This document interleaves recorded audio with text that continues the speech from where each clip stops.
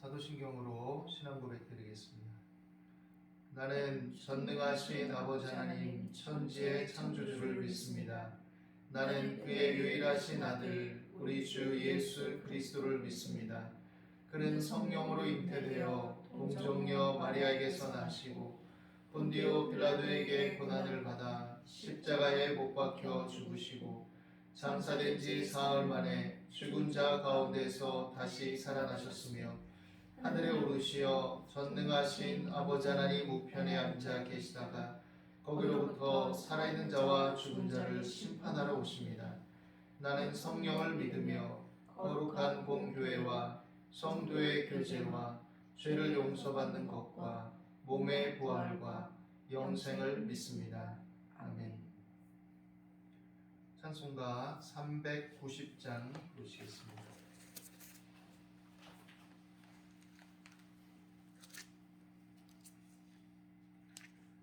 390장입니다. 예수가 거느리시니 즐겁고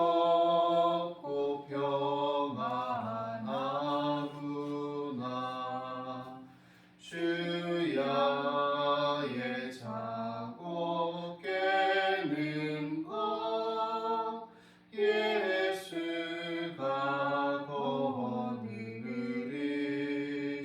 거느리시네. 주 날 항상 돌보시고 날 친히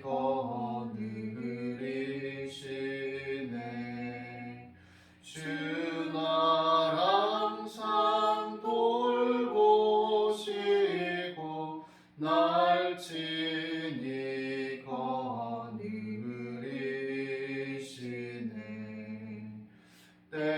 때때로 괴로움 당하면 때때로 기쁨 누리네. 풍파 중에 지키시고 평안히 인도하시네. 주 날 항상 돌보시고 날 친히 거느리시네. 주 날 항상 돌보시고 날 친히 거느리시네. 내 주의 손을 붙잡고 천국에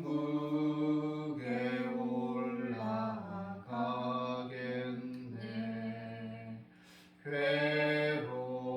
괴로우나 즐거우나 예수가 거느리시네. 주 날 항상 돌보시고 날 친히 거느리시네. 주 날 항상 돌보시고 날 친히 거느리시네.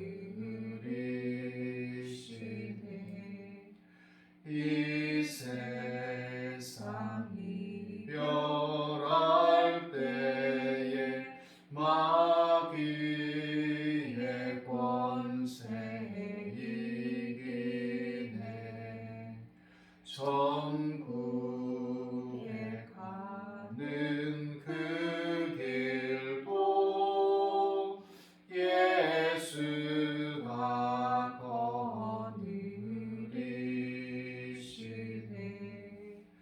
주 날 항상 돌보시고 날 친히 거느리시네.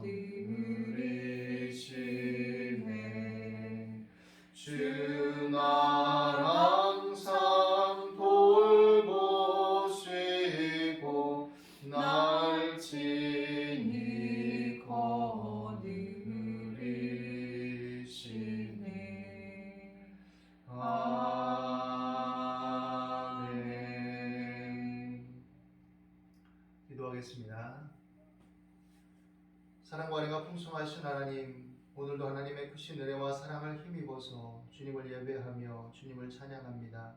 우리 연약함과 죄와 허물을 있는 그대로 받아주시고 우리 죄와 허물에도 불구하고 우리를 용서하여 주시옵시고 또 믿음 안에서 하나님의 자녀로 살며 또한 산소망 가운데 살아갈 수 있도록 인도하여 주심을 감사합니다.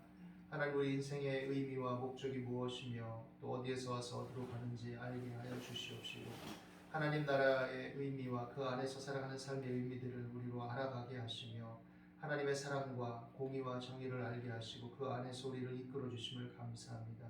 우리 어리석고 미련하여서 하나님 제대로 살지 못할 때가 있고 때때로 실수하고 어리석게 판단하며 또 옹졸하게 생각할 때가 있지만 하나님, 우리 마음과 생각을 맑혀주셔서 하나님 정결한 마음 주시고 정직한 영으로 새롭게 하시며 마음의 폭을 넓혀주시고 눈을 밝혀주셔서 범사에 하나님의 선하시고 기뻐하시고 온전하신 뜻을 따라 살아가기에 부족함이 없도록 인도하여 주옵소서. 일상의 어려움과 힘겨움들이 우리 마음을 위축시키고 때때로 사고를 제한하며 경직되게 하고 또 여유를 잃게 하며 그릇 판단하게 할 때가 있지만 하나님, 우리가 주 예수 그리스도의 십자가의 은혜와 사랑 안에서 온유하고 겸손한 마음을 갖게 하여 주셔서 하나님의 말씀을 통해 우리 마음이 늘 새롭게 하여 주시옵시고 분별 있는 삶이 되게 도와주셔서 이 땅을 살아가는 동안에도 하나님이 주신 생명의 의미와 그 은혜와 능력을 의지하여서 또한 인내하며 또 담대히 이겨나가는 삶이 될 수 있도록 인도하여 주옵소서. 각 성도들의 삶을 돌보아 주시고 어려운 상황과 형편을 주여 불쌍히 여겨 주시옵시고 필요를 공급하시고 길을 열어 주시옵시고 힘있게 살아가 나갈 수 있도록 도와 주시옵소서. 합력하여 선을 이루시고 인자와 자비와 긍휼을 베푸신 하나님을 찬양합니다. 오늘도 주의 말씀 가운데 역사하시고 성령의 나타남과 능력으로 하나님의 말씀이 확실히 증거되게 도와주옵소서. 우리가 처한 곳에서 나라 민족을 위해서 접한 사회와 또 하는 일터로 또 말미암아 여러 가지 일들을 하나님 앞에 내려놓고 기도할 때 성령님 운행하시고 붙들어 주시고 인도하여 주옵소서. 감사와 찬송을 드립니다. 예수 그리스도 이름으로 기도드립니다. 아멘. 하나님 말씀 보시겠습니다. 신약성경 누가복음 16장 19절에서 31절까지입니다.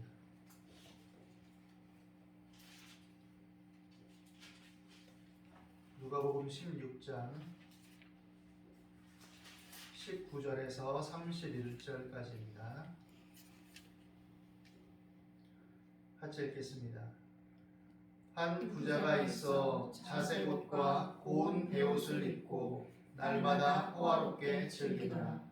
그런데 나사로라 이름하는 한 거지가 헌데투성이로 그의 대문 앞에 버려진 채 그 부자의 상에서 떨어지는 것으로 배불리려 하매 심지어 개들이 와서 그 헌데를 핥더라.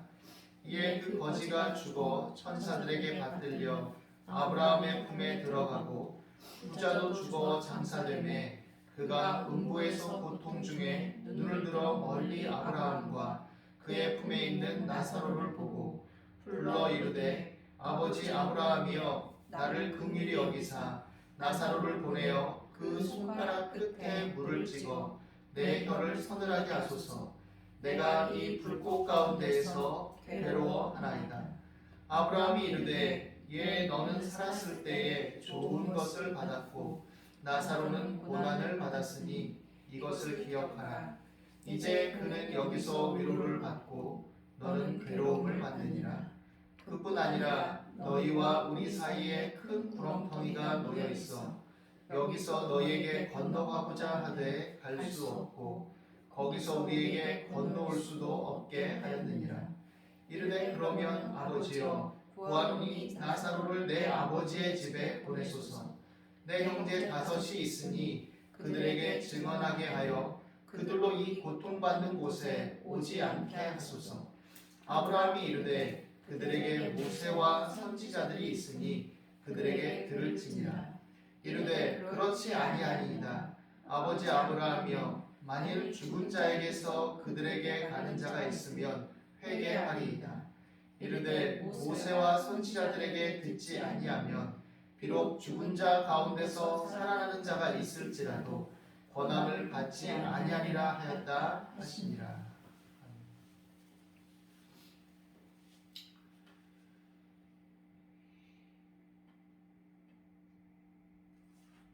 누가복음의 전체 맥락에서 관계 역전들이 많이 나타나는데 오늘 이 말씀도 그런 특징을 보여주는 하나의 이야기입니다. 즉, 이 땅에 살았을 때에는 굉장히 복받은 것 같은 삶, 또 뭔가 갖춰지고 또 안정되고 또 어떻게 보면 다른 사람의 존경과 흠모를 받을 만한 삶이었던 이 부자는 죽어서 음부에 떨어지고 이 땅에서 멸시와 천대를 받음직하고 사실 부자의 대문간 앞에 버려진 채 놓여졌던 거지 나사로, 누구도 돌보지 않았던 이 사람은 오히려 그 정체가 또 그 신분이 역전되어서 이제 아브라함의 품에 안겨서 하나님 나라를 상속할 자로 드러나게 됩니다. 어떤 면에서는 이 이야기 자체만을 가지고 집중해서 보면 이 스토리 자체만을 본다면 아니 나사로가 가난하고 어렵고 헐벗고 불쌍한 사람이긴 하지만 그렇다고 해서 그것이 가난하고 어렵고 힘겨웠다는 사실이 그 사람이 의롭고 정당하고 또 올바른 믿음을 가졌다라고 보증해 줄 수 없을 터인데 왜 그런 거에 대한 거론과 얘기가 없이 예수님은 단지 이러한 극단적인 대조의 구도로서 이 이야기를 말씀하셨을까라고 생각해 볼 수가 있습니다. 예수님이 구약에 보면 재판관에게 재판을 할 때 부자라고도 두둔하지 말고 또 가난하다고 해서라도 또 두둔하지 말고 편벽되게 재판을 하지 말라고 했는데 그럼 예수님은 가난한 자들을 불쌍히 여기고 사랑하는 건 좋지만 너무 편중된 거 아니야? 이렇게 생각할 수 있을지도 모르죠. 어찌 보면 잘못된 사고 속에서 우리가 부자들을 무조건 비난하고 가난하고 어려우면 무조건 동정하는 것이 옳은 것인 양 잘못 생각하듯이 그런 편견 속에 또 나온 생각이 아니냐라고 말할 수도 있을지 모르겠습니다. 그런데 이 말씀이 나오게 된 배경과 전체 맥락 속에서 생각하면 충분히 이해가 가능합니다. 이 앞선 말씀들을 보면 충분히 이해할 수 있죠. 예수님께서 말씀하신 이야기들 중 또 누가복음에 기록된 여러 내용들을 보면 먼저 그냥 가깝게 누가복음 12장 앞선 말씀에 보면 어리석은 부자 이야기가 나옵니다. 열심히 수고하고 성실하게 살았는지도 모르겠습니다. 그 부자가 재물이 많고 또 수확한 소산물이 많기 때문에 날마다 늘어가니까 내 창고를 헐고 새 창고를 짓고 크게 넓혀서 이제 거기다 재물을 쌓아두고 편안히 먹고 마시고 즐기자라고 얘기합니다. 그런데 하나님 뭐라고 하시냐? 어리석은 자여, 오늘 밤에 내 영혼을 도로 찾으리니 그러면 네가 예비한 것이 누구의 것이 되겠느냐? 이렇게 나오죠. 재물을 쌓아두는 것, 저축하고 적립하는 게 뭐가 나쁠까요? 그런데 거기엔 또 다른 의미들이 있습니다. 하나님과 재물을 겸하여 섬길 수 없다라고 앞선 말씀에 기록되어 있습니다. 그러니까 재물이 하나님보다 앞서게 되고 중심이 된 사람들을 얘기하고 있는 거죠. 그리고 더 나아가서 이제 직접적으로는 바리새인들이 돈을 좋아한다라고 꾸짖고 있습니다. 바리새인들이 돈을 좋아하는 자들. 그래서 작은 일에 충성되고 이웃을 돌아볼 줄 모르는 것들에 대해서 얘기하면서 바리새인들의 외식을 꾸짖는 말씀과도 연결이 되는 거죠. 누가복음 16장에 보면 탕자의 이야기가 나옵니다. 탕자의 비유. 그것은 잃어버린 자의 비유의 연결성을 가지고 있습니다. 드라크마를 잃어버리고 양을 잃어버리고 그래서 도로 찾았을 때 기쁨을 얘기하면서 너희가 상식적으로 그렇게 너희 소유 중 하나라도 잃었다가 찾으면 기뻐하고 즐거워하는데 하늘에서는 잃어버린 죄인 하나를 찾으면 얼마나 기뻐하고 즐거워하겠냐 이 얘기를 하죠. 그리고 이제 탕자의 이야기가 나옵니다. 탕자의 그 큰아들, 탕자의 큰아들이 아니죠. 부자의 그 아버지의 큰아들은 굉장히 성실하게 일했던 사람처럼 보입니다. 늘 아침에 나가서 밭에 나가서 일하고 또 저녁 되면 돌아왔습니다. 이것이 일종의 삶의 루틴이죠. 그래서 늘 성실한 사람처럼 보입니다. 동생 탕자는 어떻습니까? 아버지가 돌아가시기도 전에 유산을 달라고 해서 먼 나라로 가서 허랑방탕하게 써버립니다. 그런데 이 허랑방탕하게 다 재산을 탕진한 이 둘째 동생이 뻔뻔하게도 아버지께 돌아온 겁니다. 물론 죄를 뉘우치고 나는 품꾼의 하나로라도 써주시면 정말 감사하겠습니다. 나는 하늘과 아버지께 죄를 지었습니다. 용서를 구하고 진심으로 뉘우치고 다가오긴 했지만 큰아들이 봤을 때는 뻔뻔한 겁니다. 그리고 자기가 생각했던 대로 아버지의 재물이 사용되지 않는 것에 화가 납니다. 아버지가 이 둘째 아들을 반겨주면서 가락지를 끼우고 옷을 다시 입히고 발에 신을 신기고 또 예비된 그 송아지를 잡아다가 잔치를 베풀죠. 그러니까 이 아들도 또 받아주고 또 뭔가를 베풀어주는 것으로 느끼는 거죠. 큰아들은 화가 납니다. 내가 성실하게 일하고 아버지의 명을 어기지도 않고 그대로 따르고 그랬는데 나는 친구들하고 염소 한 마리라도 잡아서 잔치를 벌이게 한 일이 없으면서 이렇게 창기와 함께 재산을 탕진하고 온 이놈을 아버지가 오니까 잔치를 베풀어 주시고 참 잘하는 짓입니다. 이건 도저히 용납이 안 됩니다. 이렇게 얘기하는 거죠. 어찌 보면 이런 유의 생각을 자기도 모르게 하고 사는 사람들이 더 있을 것입니다. 자기는 정당하니까, 나는 옳으니까, 나는 법을 지켰으니까, 나는 법대로 살았으니까. 그러니까 그렇지 않은 사람들이 꼴보기 싫은 거예요. 꼴보기 싫은 겁니다. 그래서 좁은 인식과 자신의 편견과 한계를 드러내기 시작하는 거죠. 물론 자기가 그렇게 보기에 율법의 의로 흠이 없어라고 말할 정도로 철저하게 살았는지 모르지만 그 속에 숨은 마음은 뭐냐? 아버지의 권위를, 아버지의 말씀을, 아버지의 사랑을 이해하는 마음은 전혀 없습니다. 단지 그냥 조항으로 어떻게 보면 드러난 어떤 규칙과 질서와 법을 잘 지키고 그것에 대한 정당한 대가를 내가 획득해서 그 재물과 부를 내가 갖는 것, 그것에 더 관심이 있는 것으로 드러나죠. 바리새인들. 그들은 철저하게 겉으로 드러나는 율법은 지켰는지 모르지만 더 중요한 의와 인과 신은 버렸다고 예수님이 말씀하셨듯이 그런 양상을 드러내고 있는 것입니다. 오늘 이 부자도 그 연속선상에서 나온 이야기입니다. 이 부자도 자색옷을 입고 날마다 영어 성경에 보니까 럭셔리라는 단어를 썼더라고요. 럭셔리하게 산 겁니다. 날마다 호화롭게 즐기고 산 거죠.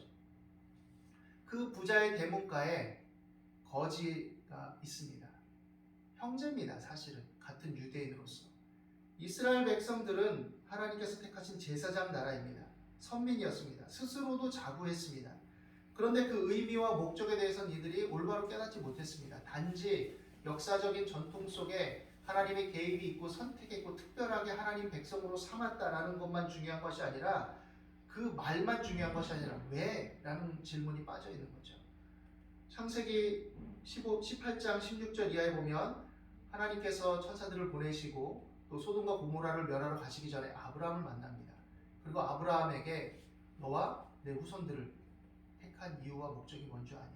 그리고 장차 세계를 향한 내 비전이 뭔 줄 아냐? 바로 의와 공도를 행하게 하기 위함이다 라고 말합니다.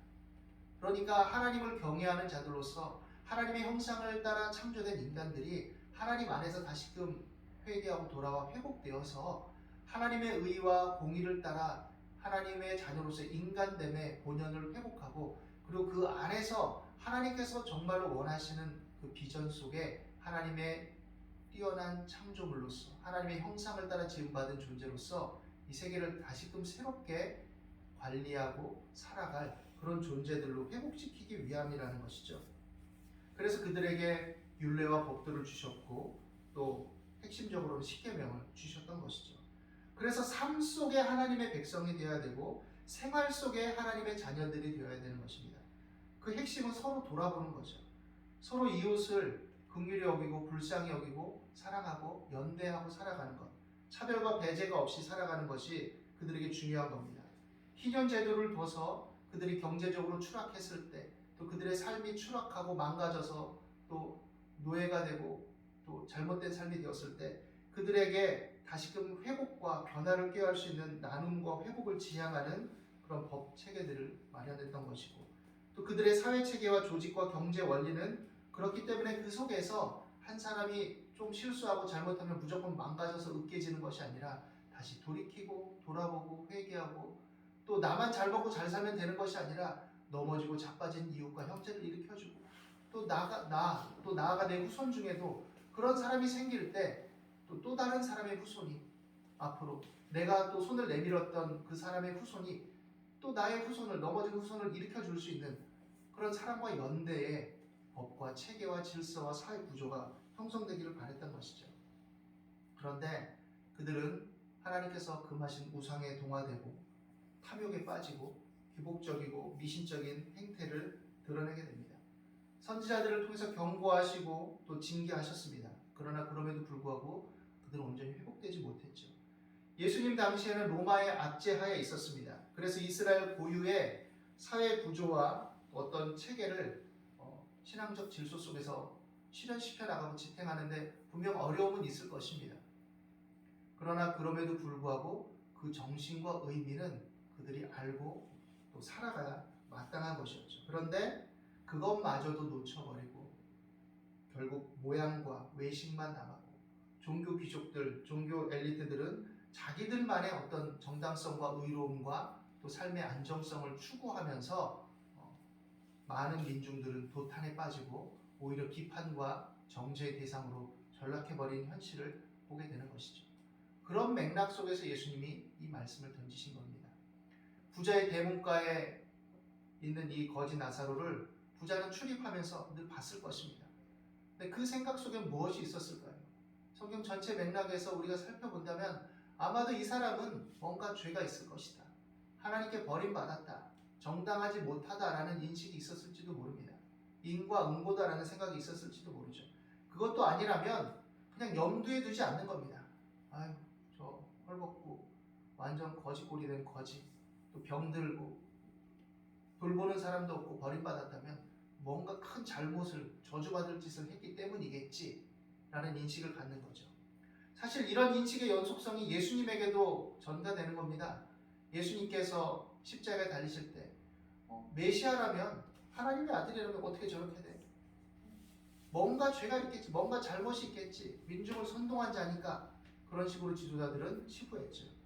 그런데 사실 이면을 보면 그들의 욕심과 시기심을 정당화시키는 방법으로 그것을 취한 겁니다. 정당화시키는 방법으로.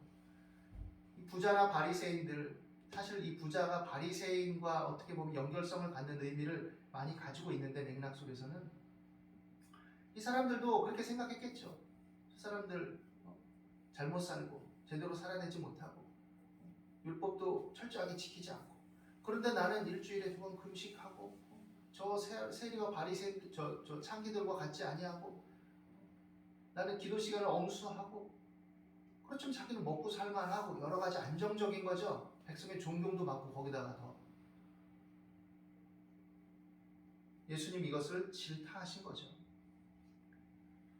이 부자는 유대인입니다. 나사로도 유대인이에요. 오늘 말씀의 맥락이 보면 나사로가 아브라함의 품에 안겨있는 모습을 본 이 부자는 음부의 그 뜨거움 속에서 아브라함을 향해 아버지 아브라함이여 라고 말합니다. 그건 뭐냐? 유대인이죠.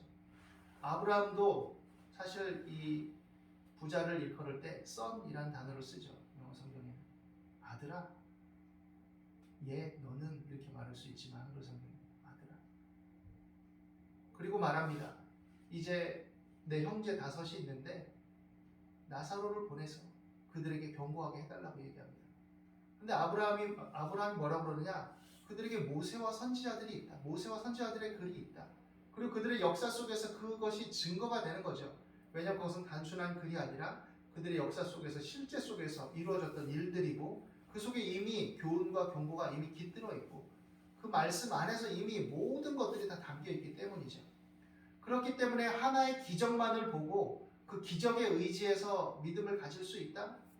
그렇지 않다라고 말하고 있습니다. 사실 이 복음서에 보면 예수님이 이 유대인들에 대해서, 또 특별히 지도자들에 대해서 질타하는 것이 무엇이냐? 저들은 표적만 구한다. 기적만 구한다.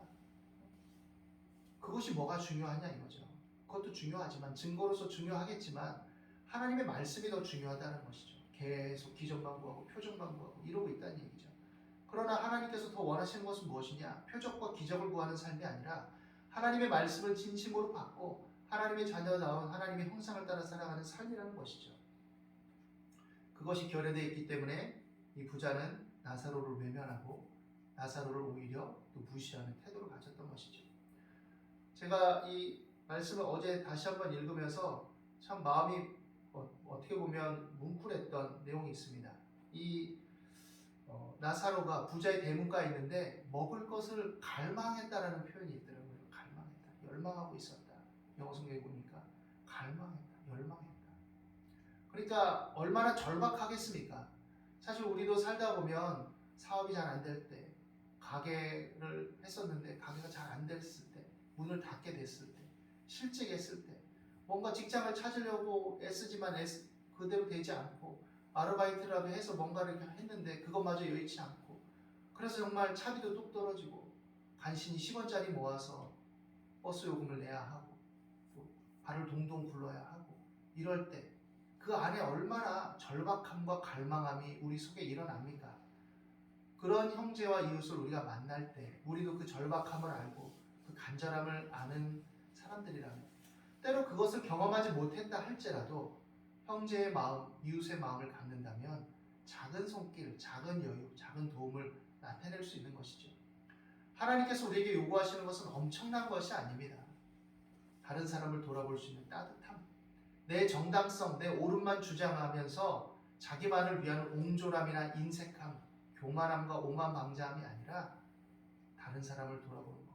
내가 얻고 내가 획득하고 내가 맛보고 내가 누리는 것도 사실은 이 거대한 사회 속에, 여러 인과관계 속에, 구조 속에 다른 사람의 피땀과 다른 사람의 희생과 헌신도 녹아 있을 수 있다는 것.